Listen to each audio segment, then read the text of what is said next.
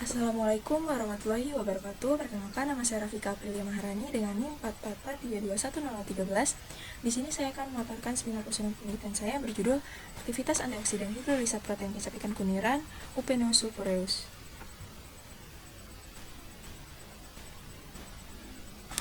Untuk yang pertama, latar belakang. Ikan kuniran memiliki nilai ekonomis rendah yang sering ditemukan oleh masyarakat sebagai hasil tangkapan samping yang melimpah dengan produksi mencapai 40.319,5 ton pada tahun 2014 menurut data BPS 2016. Karena kelimpahannya, harga jual ikan kuniran cenderung rendah, berkisar antara 3 hingga 6 ribu rupiah per kilogram. Ikan kuniran memiliki kandungan gizi yang cukup tinggi dengan kadar protein sekitar 16,85% dan memiliki karakteristik protein myofibril yang baik sebagai bahan makanan. Protein yang terkandung dalam ikan kuniran memiliki kadar yang signifikan dan memiliki potensi untuk dijadikan bahan baku dalam pembuatan hidrolisat protein kecap ikan. Kecap ikan adalah produk hasil perairan berupa cairan berwarna coklat bening hasil hidrolisis protein ikan dengan penambahan garam selama proses fermentasi berlangsung. Proses fermentasi memanfaatkan enzim proteolitik dan bakteri untuk mengurai senyawa kompleks seperti protein menjadi ikatan peptida dan asam amino. Senyawa asam amino yang dihasilkan berperan sebagai pembentuk karakteristik kecap ikan yang khas. Hidrolisat protein merupakan protein yang mengalami degradasi hidrolitik dengan asam basa atau enzim proteolitik. Produknya berupa asam amino dan peptida. Dalam pembuatan hidrolisat protein ikan, proses hidrolisis dilakukan dengan bantuan enzim agar lebih efisien, ekonomis, dan mencegah kerusakan produk atau asam amino. Salah satu jenis enzim yang umum digunakan adalah protease. Menurut Masyar et al. 2016, bromelin adalah sebuah enzim protease yang memiliki potensi besar dalam aplikasi industri pangan, dapat ditemukan dalam berbagai bagian tanaman nanas seperti tangkai, kulit, daun, buah, dan batang dengan ketersediaan yang bervariasi. Hidrolisat protein yang dihasilkan dari fermentasi dapat mengandung peptida bioaktif yang memiliki sifat antioksidan, menurut Aditya et al. 2018. Lalu, tujuan dari penelitian ini yaitu menguji kandungan antioksidan hidrolisat protein dari kecap ikan kuniran Upenus sulfureus dan mengoptimasi potensi ikan kuniran untuk protein fungsional yang baik. Lalu untuk manfaat penelitian, yang pertama meningkatkan nilai guna ikan kuniran yang selama ini kurang dimanfaatkan untuk produk olahan. Lalu yang kedua memberikan informasi wawasan untuk mendorong penggalian sumber-sumber antioksidan alami baru berbasis potensi lokal dari hasil perikanan.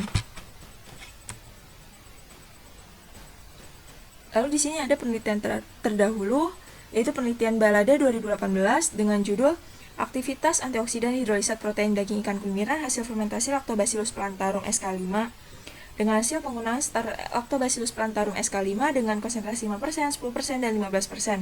Konsentrasi starter 5% merupakan perlakuan terbaik dengan nilai derajat hidrolisis 12,81, 0,03%, dan aktivitas antioksidan AC50 4,23, 0,04 mg per ml.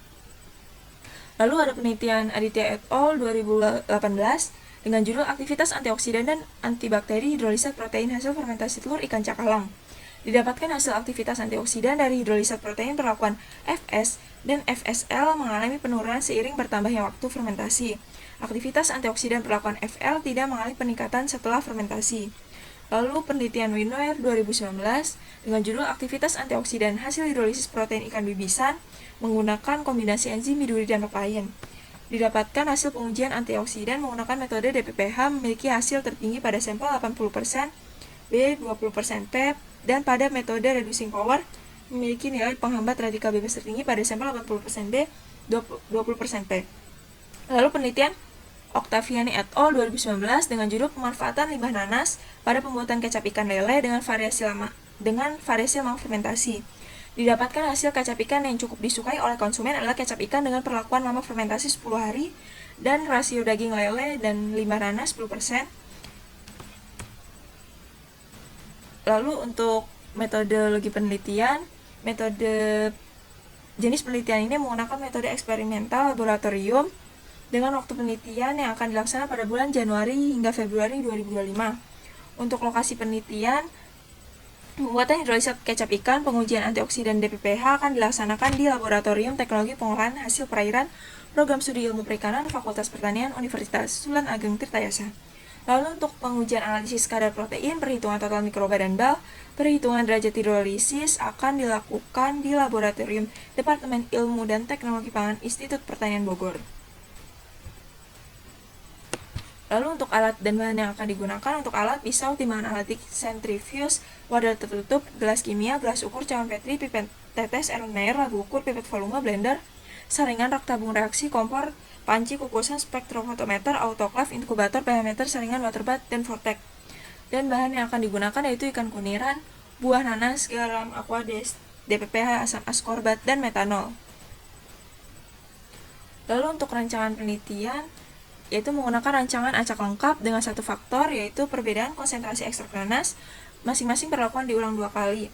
Dengan taraf penelitian ini yaitu untuk P1 rasio daging ikan kuniran 100 gram dan 10% konsentrasi nanas, dan untuk P2 100 gram ikan kuniran 15% konsentrasi nanas, dan P3 100 gram ikan kuniran dan 20% konsentrasi nanas.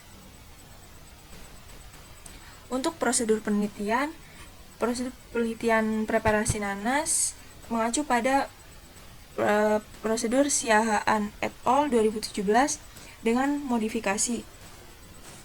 Buah nanas matang dikupas, dibersihkan, dan dicuci dengan air mengalir. Nanas beserta bonggolnya dipotong dan blender hingga membentuk bubur nanas. Bubur nanas kemudian diperas dan disaring hingga menjadi sari nanas. Lalu untuk pembuatan hidrolisat protein kecap ikan mengacu pada penelitian Octaviani et al. 2016 dan Balada 2018 dengan modifikasi. Ikan kuniran utuh ditimbang, lalu disiangi dengan membuang kepala dan isi perutnya, cuci dan ditiriskan. Ikan yang telah disiangi digilik termasuk duri dan tulangnya. Daging yang sudah digilik kemudian dikukus selama 20 menit. Timbang masing-masing daging yang dijadikan sampel sebanyak 100 gram. Siapkan sari nanas 10%, 15%, 20%, dan garam 7%. Masukkan sari nanas dan garam ke dalam daging ikan kuniran. Fermentasi selama 10 hari. Setelah difermentasi, lakukan ekstraksi dan buang ampas daging ikan kuniran sampai didapat filtrat. Tambahkan air sebanyak 100 ml, kemudian lakukan pemanasan pada suhu 70 hingga 80 derajat Celcius selama 15 menit. Lalu didapatkan produk fermentasi kecap ikan kuniran. Lalu disentrifuge pada 6000 J selama 20 menit pada suhu 4 derajat Celcius. Supernatan diperoleh melalui proses penyaringan hasil sentrifuge, lalu diperoleh hidrolisat protein kecap ikan kuniran. Selanjutnya untuk prosedur pengujian, itu analisis kadar protein menggunakan metode Kecil-Dahel mengacu pada OAC 2005, lalu perhitungan total mikroba dan total BAL mengacu pada BSN 2006, perhitungan derajat hidrolisis mengacu pada hasil Niza et al. 2010, analisis aktivitas antioksidan DBPH mengacu pada Umaya Prafti et al. 2014, dan uji organoleptik mengacu pada Briani et al. 2014. Untuk analisis data, analisis menggunakan ANOVA taraf 5%, menggunakan SPSS versi 20. Jika hasil berpengaruh nyata dilanjutkan dengan uji DMRT.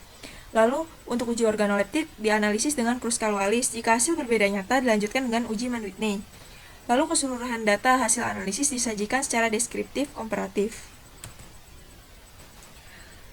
Mungkin cukup sekian pemaparan dari saya. Jika ada pertanyaan, bisa ditanyakan di kolom komentar YouTube. Terima kasih. Wassalamualaikum warahmatullahi wabarakatuh.